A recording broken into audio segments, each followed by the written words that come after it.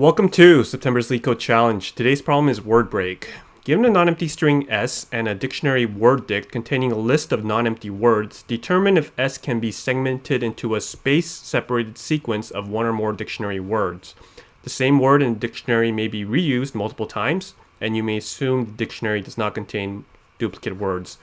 If we're given the string Leetcode and a word dict of Leetcode, we can see that that's going to be true because Leet can be separated to Leet and code. So that would be true. Cats and dog, however, would not work because even though it looks like it might, cats, there's no ND. Or if we say cat, sand, there's no OG. So this will actually ends up being false.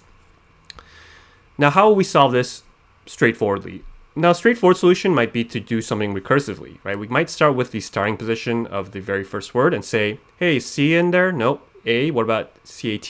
So that's in there. Now recursively call from starting position of S and then say, is S in there? Is A in there? What about, oh, sand is in there. All right, now recursively call to OG. OG is not, so we just end our recursion. Then we go back to where we were before. We say cat, and then we'll check cats, and so on and so forth. So that would be like a depth first search. Let's start with that approach and see how we get. So let's start by creating a set for the word dict because they input that as a list. And we want to use a set so we can look up quickly in O of 1 time complexity. Now we want to initialize the n, which is just going to be the length of S. And we'll write our DFS function. What we're going to pass in is the starting position, the string, the dictionary, as well as the n. So our base case would then be if start is greater or equal to n, right? That means we got to the end of the word, we could return true here. Otherwise, we're going to look in a loop, say for I in range of n, not n, I guess it would be start to end.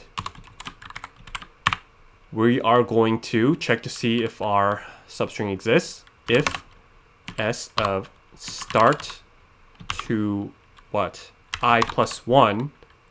If that's in our dictionary, if it's in D, then we want to recursively call our function, right? So DFS, we say start, instead of passing start, we now pass I plus 1. Everything else will be the same, SDN.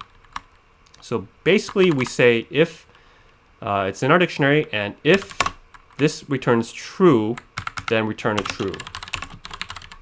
Otherwise, we get to the whole loop. We can return a false. And just to see what's going on here, let's go ahead and print our substring to make sure we are doing it right. Finally, we want to call our function. We'll say return DFS, whatever returns here, from the starting position of 0, SD, and N. All right, so if we were to go with this approach, how we look. Now, it looks like we returned the right answer, right? We check L, LET right here. Now we do our recursive call. Check C, CO, CODE, and that's in there, so that would work. But this, unfortunately, does not get accepted, and that's because it's a time limit exceeded. The issue here is that time complexity-wise, it's exponential. I know it says output limit exceeded, but this is actually time limit because examples like this where we just have all A's and like A's in our dictionary, this would not pass. Okay, so we know that we need to optimize here, and probably since there's a recursive solution, there's going to be a dynamic programming solution, right? So let's go to my notepad and think about how we might do this. Say that we were given the string ABC, and we had a dictionary of, say, A, B, C, and C, or something like that. So if we had like a DP array, we want to figure out at each position, like how could we have found a word or not, right? So let's say we had an array and it had the first position being an empty string, second position being like, say A, second one being AB and ABC. So knowing this, what we need to do is go through each starting position, right? So we can start with nothing here. I'm going to say A, B, C.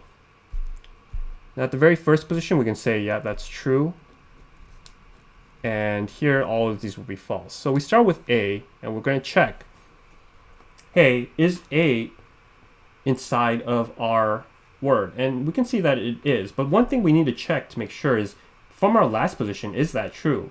Here we've already initialized this part as true, right? So yes, this is true, and A is in here, so we can set this part as true as well. Now what about starting with A, AB? Is that in there? Nope, that's not, so that's false. What about starting with A, ABC? That's false. No. All right, so now we know at A, we have found true. We could start with A. So now when we go with B, we're going to skip that first position here because we start with B. Starting with B is that word in our dictionary. So that would just be B. B is not, right? So that's a false. But what about BC? Starting with B, BC, that is. Now all we need to do is check before, hey, were we able to find the position before? Because if we weren't able to find this, then this wouldn't matter here, right? But we were, so this is true, so we can set that as true. Now with C, we could say, yes, C, we can find it, right? So we might want to mark that as true, but here we can see at starting with B, the position before, that was false. So this is actually a false, and that makes sense because A is in there and C is in there, but not B, right? So this would actually be a false. Now, we can do this all in one array. We don't have to have a 2D array here. And since we've already marked this as true, we wouldn't be marking things again as false, so this is fine. Like this would end up being true. So that's whatever's in this last position here, we return at the very end, we return this. All right, so knowing that, let's try to do a dynamic programming solution.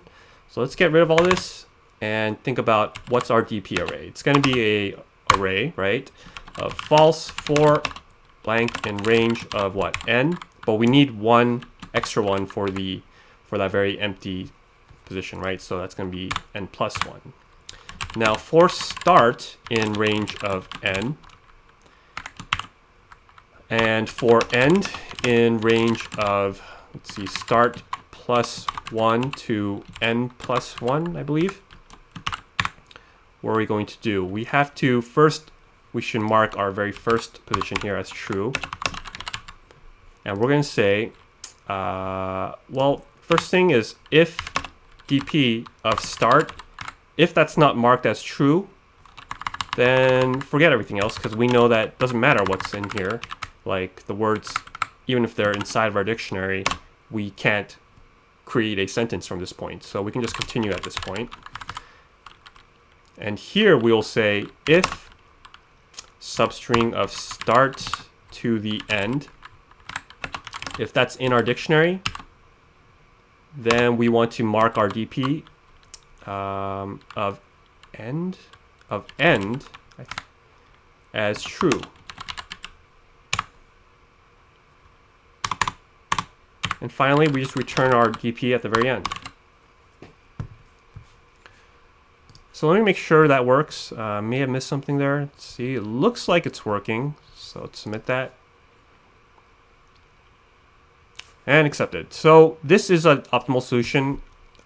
It's kind of hard to think of. Like when you explain it out, it sounds simple, but it really is hard to come up with it like at a moment's notice. So this actually took me some reminding to remember it. I did solve this problem before. I think it was word break 2, so you can look at that to help out more. So thank you. Thanks for watching my channel. And remember, do not trust me. I know nothing.